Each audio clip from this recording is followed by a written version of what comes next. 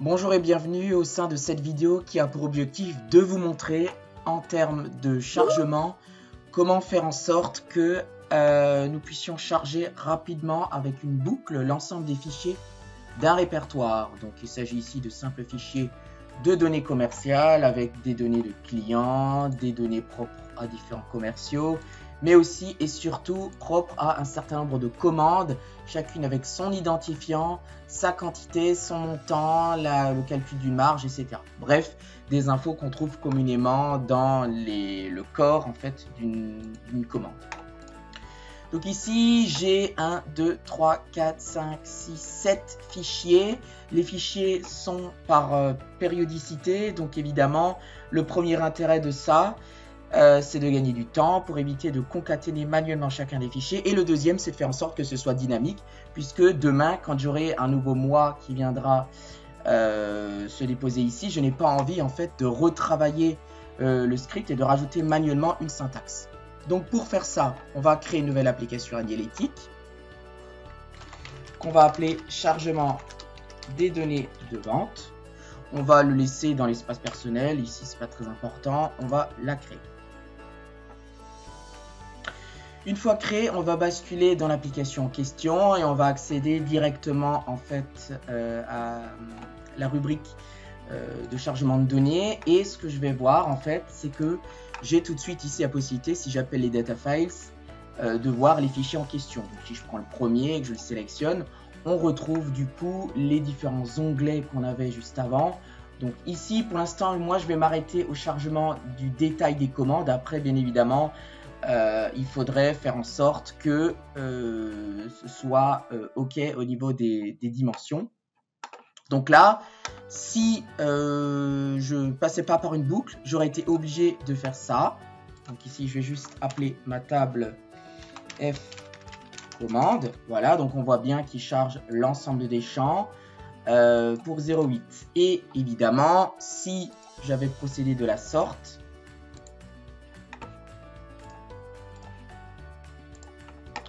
bon, ici, j'aurais pas été forcé en fait de mettre mon concatenate F commande, tout simplement parce que comme les champs sont tous les mêmes, en fait, Click l'aurait détecté et aurait proposé une auto-concaténation.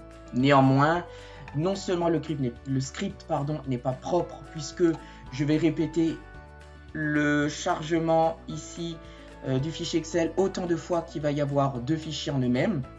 Mais en plus, comme je le disais tout à l'heure, ce n'est pas performant et ce n'est pas propre parce que j'aurai une maintenance manuelle du fait qu'à chaque fois que j'ai un nouveau mois, il va falloir que j'aille le gérer moi-même. Donc, on va éviter ça et on va proposer ici une boucle. Donc, pour créer cette boucle, c'est pas très compliqué. On va procéder en plusieurs étapes. Donc, la première, en fait, c'est de créer la boucle en question.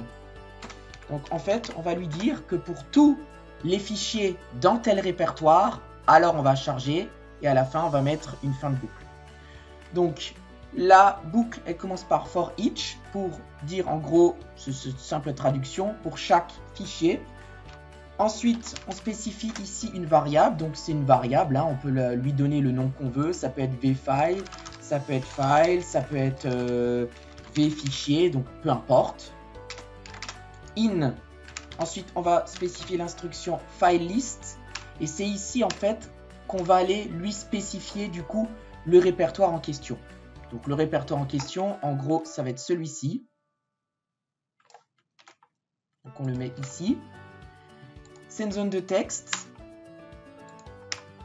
On va du coup le spécifier entre cotes et la petite différence, c'est qu'ici, justement, on va insérer un caractère générique pour que justement il puisse aller voir tous les fichiers qui commencent, enfin dans le nom commence par endzone vente, tiret, et ensuite peu importe qui il trouvera, il le chargera.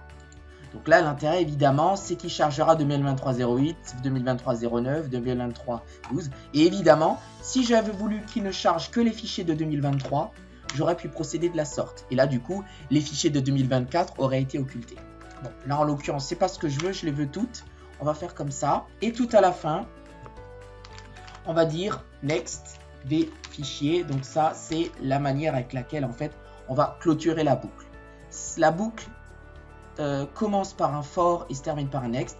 Et tout ce qui est à l'intérieur, c'est une action qui va être répétée autant de fois qu'on va avoir du coup autant de fois qu'on va avoir de fichiers. Et évidemment, eh bien, la dernière étape, c'est juste de lui dire que ça, ce n'est plus bon. Pourquoi c'est plus bon? Parce que du coup, il va falloir le remplacer par tout simplement la variable en question qui est, alors sans faute d'orthographe, c'est mieux, qui est vfichier parce que c'est dans vfichier qu'on va retrouver du coup tous ces répertoires. Voilà. Quand on a terminé, on va exécuter pour tester.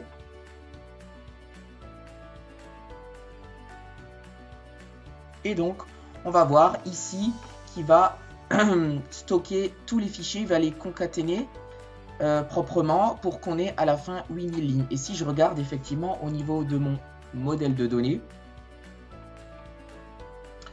je vais voir qu'il va y avoir qu'une seule table, okay, avec 8000 lignes. Si je veux tracer en fait ce que je fais, j'ai la possibilité de rajouter un certain nombre de choses. Pour commencer, je pourrais très bien lui dire, eh ben, tu vas me tracer des fichiers pour que je puisse savoir quel est le fichier en question qui est en train d'être traité. Je peux rajouter également ici une petite instruction qui est filename as nom de mon fichier pour que je puisse aussi utiliser ce flag dans mon visuel pour savoir quel était le fichier qui était utilisé, qui était remonté. Quand je le recharge, on va voir que du coup cette fois-ci, pour chacun de mes fichiers, donc là pour le 08 il m'a remonté 1204 lignes, pour le 09 il m'en a remonté 1532, pour le 10 il m'en a remonté 2521, etc. Et évidemment après au niveau de ma feuille, je peux très bien avoir un volet de filtre ici avec une dimension qui est nom de mon fichier et je pourrais facilement en fait avoir les données de tel ou tel mois. Voilà, tout simplement. Donc ici on a facilement créé une petite boucle pour que je puisse avoir eh bien, tous les fichiers qui sont remontés en automatique, peu importe combien on en a, peu importe s'il y en a qui se rajoutent par la suite. Je vous remercie de votre attention, je vous laisse vous abonner à nos différents réseaux sociaux pour que vous puissiez être informé des autres vidéos qui arrivent et je vous souhaite une très bonne journée. Au revoir.